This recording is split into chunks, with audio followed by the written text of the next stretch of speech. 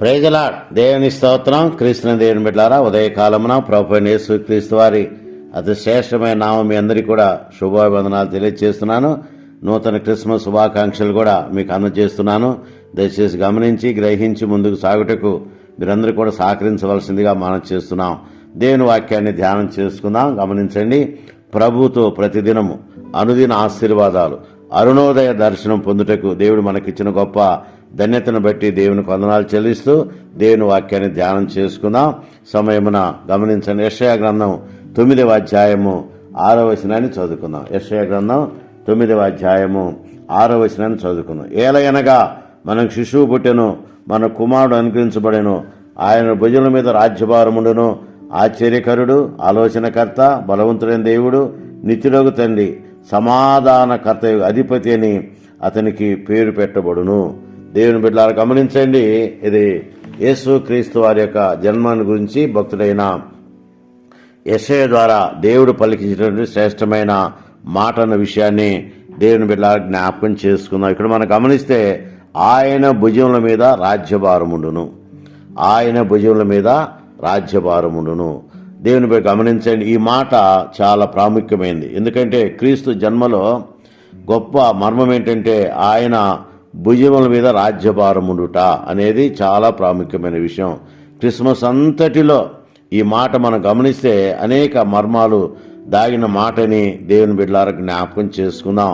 యేసుక్రీస్తు ఏ రాజ్య పరిపాలన చేయుటకు ఈ లోకంలో జన్మించాడో ఒక్క మాటలో చెప్పాలంటే ఆయన రక్షణ పొందిన వారిని పరిశీలించి, పరీక్షించి, పరిశోధించి వారి కోసము ఆయన సేవ చేయుటకే ఆయన రాజ్య భారాన్ని కలిగిన వాడని దేవుని బిడ్డలారా జ్ఞాపకం చేస్తూ, అందుకనే మార్కు సువార్త 16వ అధ్యాయము 16వ వచనం గమనిస్తే నమ్మి బాప్తిసం పొందిన వారు రక్షించబడును, నమ్మని వారికి శిక్ష విధించబడని లేఖను మనం చూస్తున్నాం. నిజమే.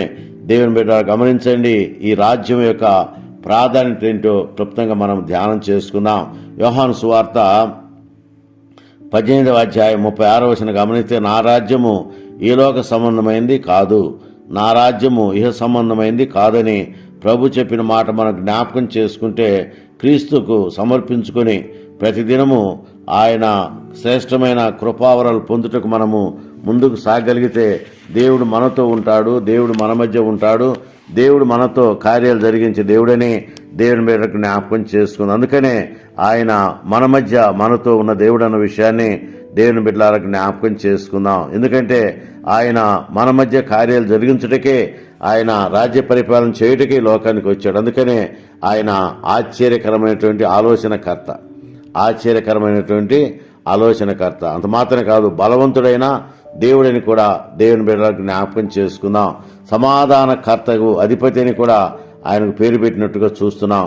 దేవుని బిడ్డలారా గమనించండి. క్రీస్తు మనలను ఆశ్చర్యకరమైన ఆలోచనకర్తగా పరిపాలన చేయుటకే ఈ లోకానికి వచ్చాడని దేవుని బిడ్డలారా జ్ఞాపకం చేసుకుందాం. ఆయన మనకు క్షేమము వృద్ధియు కలుగు చేయువాడని దేవుని బిడ్డలారా జ్ఞాపకం చేసుకుందాం. గమనించండి. మరి దేవుని యొక్క శ్రేష్టమైన కృపావరాలు పొందుటకు, మనము దేవుని యొక్క శ్రేష్టమైన ఆశీర్వాదం పొందుటకు దేవుడు మనకిచ్చిన గొప్ప ధన్యతను బట్టి దేవునికి మనము వందనాలు, స్తుతులు, స్తోత్రాలు చెల్లిస్తున్నాం. మరి గమనించండి. ఆయన ఆలోచనకర్త అన్న విషయాన్ని దేవుని బిడ్డలారా జ్ఞాపకం చేసుకుందాం. ఈ మాటలు మనం గమనిస్తే యోపాస్ అనే గ్రీకు మాటలో మనము దీన్ని గమనించగలం. కనుక ఆయన మన నిమిత్తం ఈ లోకానికి వచ్చినటువంటి దేవుడు అన్న విషయాన్ని దేవుని బిడ్డలారా జ్ఞాపకం చేసుకుందాం. అందుకనే యేసుక్రీస్తు వారు ఆధ్యాత్మిక ఆలోచనకర్త, నిన్ను నన్ను ప్రతిరోజు నడిపించుటకు ఆయన ఆలోచన అనుగ్రహించే దేవుడని దేవుని బిడ్డలారా జ్ఞాపకం చేసు. అందుకనే ఆయన ఆలోచనకర్త అన్న విషయాన్ని దేవుని బిడ్డలారా జ్ఞాపకం చేసుకున్నాం. ఎందుకంటే ఆయన సమస్తాన్ని మనకు అనుగ్రహించిన దేవుడు కనుక మనకు దినదినం, అనుదినం, క్షణక్షణం, అనుక్షణం ఆయన ఆలోచన అనుగ్రహించే దేవుడు అన్న విషయాన్ని దేవుని బిడ్డలారా జ్ఞాపకం చేసుకున్నాం. అంత మాత్రమే కాదు, ఆయన ఆలోచనకర్త మాత్రమే కాదు, ఆయన నిన్ను నన్ను పరిపాలించే దేవుడు అన్న విషయాన్ని దేవుని బిడ్డలారా జ్ఞాపకం చేసుకుందాం. పరిపాలన దక్షుడు అన్న విషయాన్ని జ్ఞాపకం చేసుకుందాం. బలవంతుని దేవుడిని కూడా మనం జ్ఞాపకం చేసుకుందాం.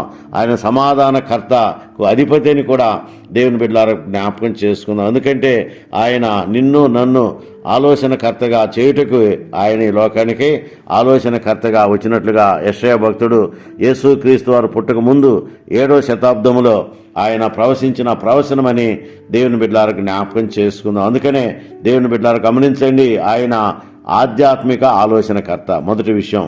రెండవది అంత మాత్రమే కాదు, ఆయన భౌతిక సంబంధమైన విషయాలలో నిన్ను నడిపించే దేవుడని దేవుని బిడ్డలారా జ్ఞాపకం చేసుకుందాం. తర్వాత రెండవ ప్రాముఖ్యమైన విషయం, ఆయన భౌతిక ఆలోచనకర్తగా ఉన్నట్లుగా దేవుని బిడ్డలారా జ్ఞాపకం చేసుకుందాం.